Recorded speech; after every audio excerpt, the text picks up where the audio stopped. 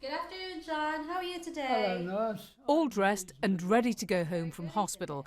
At 85, John Young is a regular patient with his different health problems.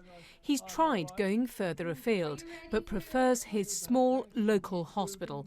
It's easy to get to and his family can visit. The NHS should concentrate more on local hospitals and on these vast places.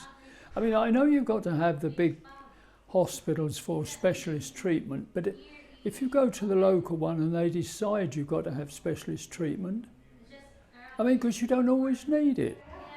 And now the new boss of the NHS in England says he agrees. He wants to see smaller hospitals reinventing themselves.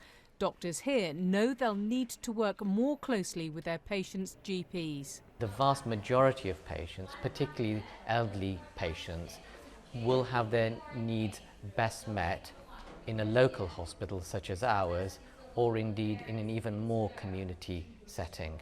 In recent years, the story of local hospitals has been one of decline, of services being stripped out or downgraded. Now the NHS is sending a message from the very top that they do have a valuable role in the future.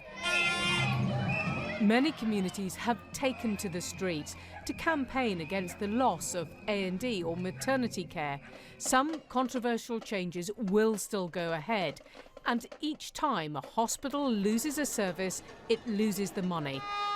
So to avoid going bust, they would have to expand into other types of care. These hospitals will have to look very hard at where they get their money from, and the income they receive for treating particularly older patients will certainly have to increase to make them financially viable. Time for John Young to leave the hospital ward. We'll be home soon. Won't be long now.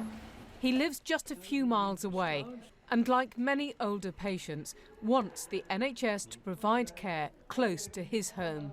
Bramwyn Jeffries, BBC News.